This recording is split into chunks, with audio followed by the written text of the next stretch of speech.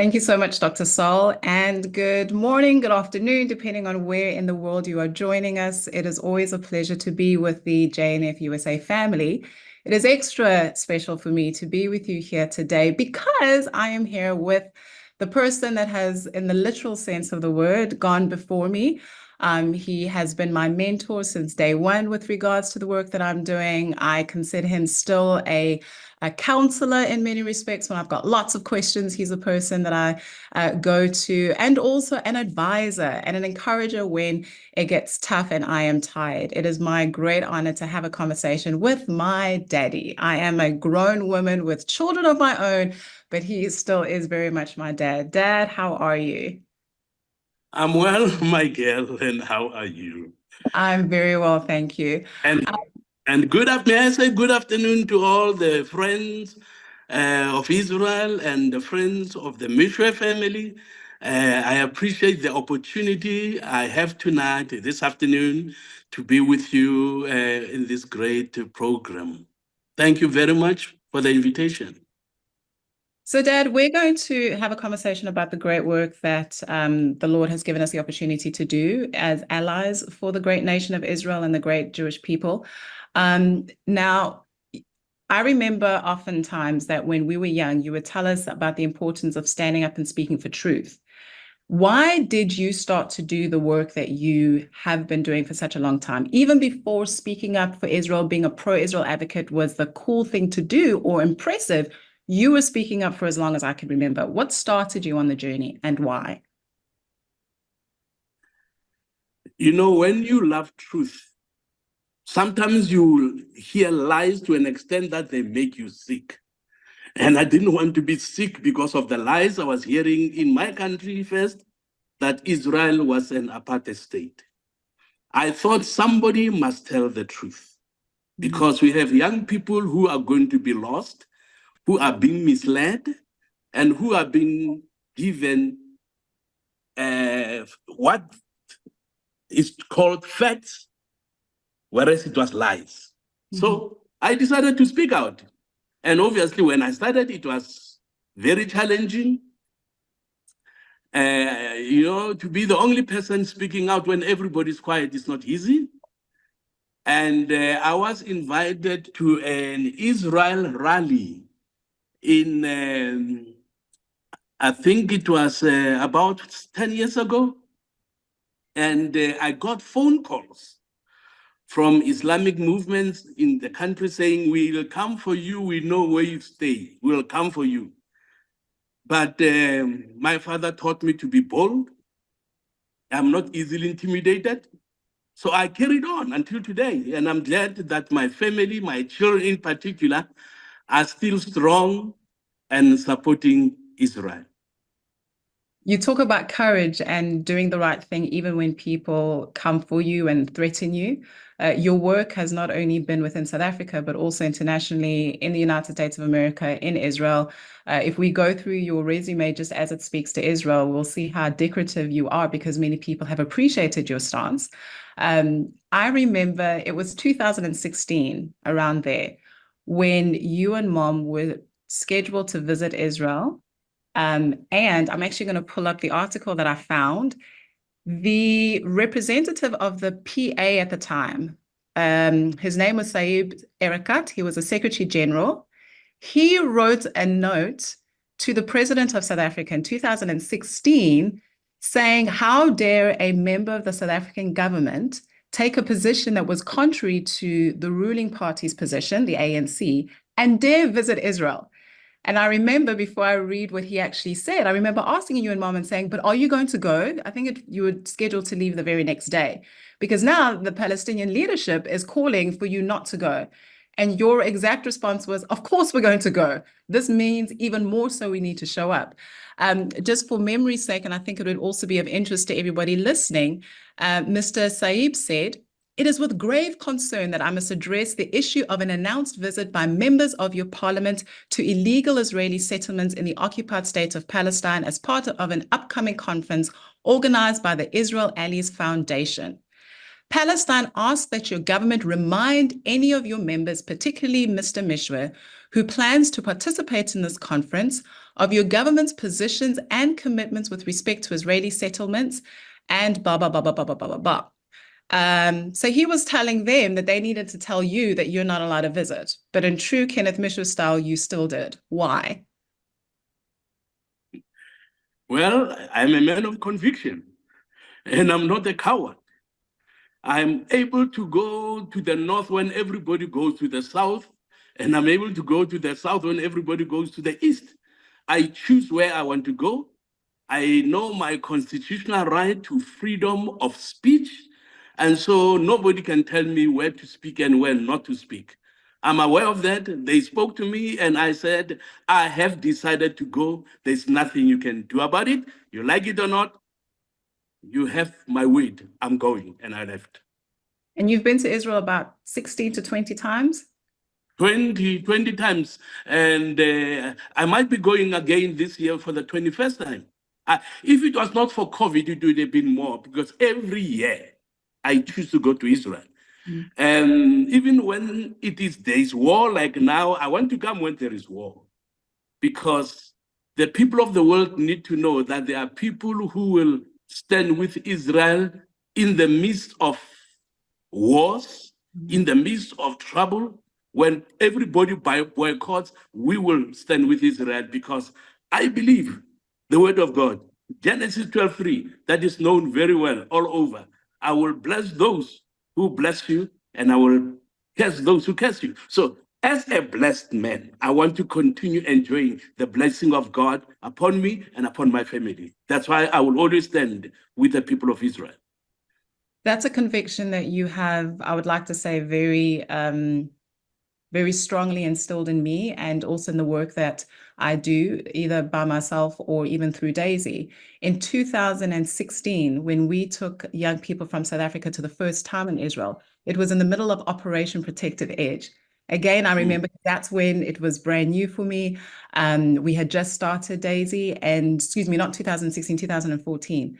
2014 was Protective Edge, yes, and then there was still some issues going on. And you said, absolutely, because there is war and because the people of Israel need us, we need to go and stand with them and show solidarity, that Black people, that people from Africa, that South Africans love them and stand with them, and that know the truth, right? We've had the opportunity to showcase the truth, that there is no such thing as an apartheid state. I mean, Dad, you've been serving in Parliament for 30 years now. You were not able to do that before 1994, correct? Was a Black man allowed to serve in government? Correct. I mean, there are many things that are happening in Palestine, so-called Palestine, or Gaza, or whatever town there is, and also in Israel, who are not Israelis, and yet they have the privileges that we did not have during apartheid. That is why when anybody says Israel is an apartheid state, I say, do you remember in South Africa, you would not have members of parliament who look like me, who are Black. The first time I went to Israel, one of the important things I went to look for was to see signs, Israelis only or whites only.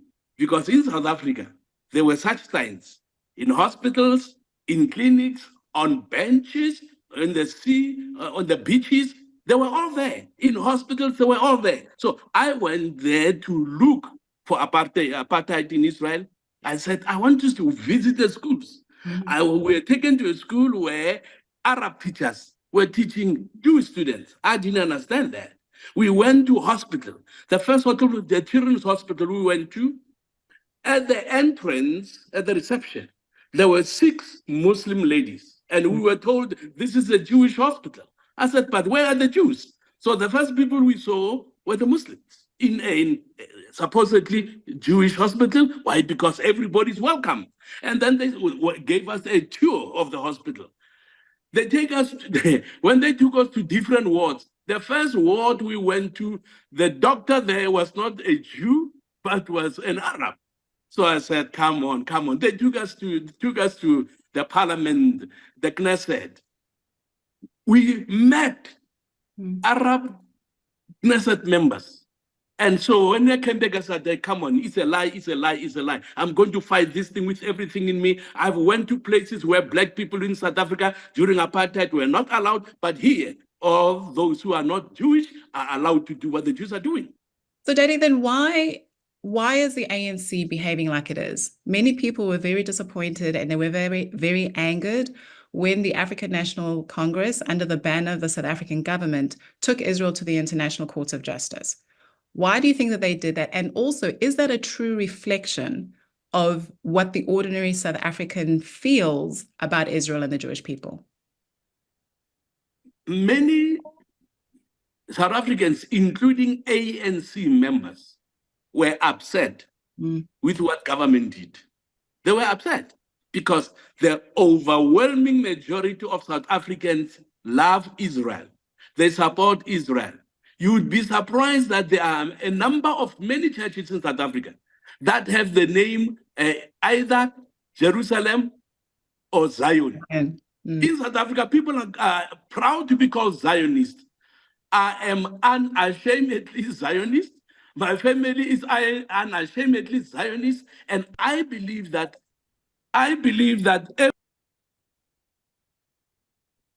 Uh-oh. Did we lose the Reverend? Oh dear. Well, while hopefully he comes back, I'm sure you can see why I'm so passionate about why I do. I get it from my dad. I'm pretty sure that I can finish what he was going to say is that the ordinary man on the street, the ordinary South African is very passionate about Israel. They consider themselves lovers of Israel. And what the South African government did was actually an affront to the core of who we are, to the core of our belief system. One of the other questions that I was actually going to ask my father was why, when people look to Africa, why, when Jews, whether it's in Israel or across the world, look to Africa, why can they have hope, right? Why? Oh, there he is. Daddy, what happened? A call came in. Steve Swart called. No, tell him you're and busy. That call too. That's a problem with the phone, you know? Yeah. When some calls come in here, So sorry for that. I apologize. So, Daddy, I just finished off your statement, which I'm pretty sure I got it accurate, is that the ordinary man in the street, the ordinary South African loves Israel, supports Israel, correct? That's true. That's true. So, that's true. So then when people look to Africa, when Jews look to Africa, in fact, before I ask you that question, today, sadly, is the 278th day following October 7. For 9 months and a few days, we still have hostages who are in captivity. We still have families who don't know where their loved ones are. The IDF, the incredible IDF, has been fighting a war for a long time. There's fatigue. What is your message to the people of Israel in this regard? Well, firstly, they should know that there are millions of people who love Israel, Amen, who are praying for Israel, and who are praying for the release of all hostages, who are also praying that those who are fighting to defend the people of Israel should remain strong and hopeful. Giving up and stopping the fight should not be an option for as long as there's Hamas, because Hamas has clearly stated, and it's not a secret, that if they get an opportunity, they will repeat what they did on October 7th. That is why we encourage them to remain strong, to remain hopeful, to not give up for the sake of their lives and the lives of their children's children and generations to come. The land they are living in is their land. Let them enjoy that land and let them support those soldiers the best they can and send them messages on a daily basis. Say to them, we thank you for standing with us and for protecting our country. If there is a channel, then we can also maybe organize here notes, just short notes to send to those at the borders who are fighting, to say to them, we are proud of you. Let's do Please it. keep standing. Let's Keep do it. fighting. We are with you.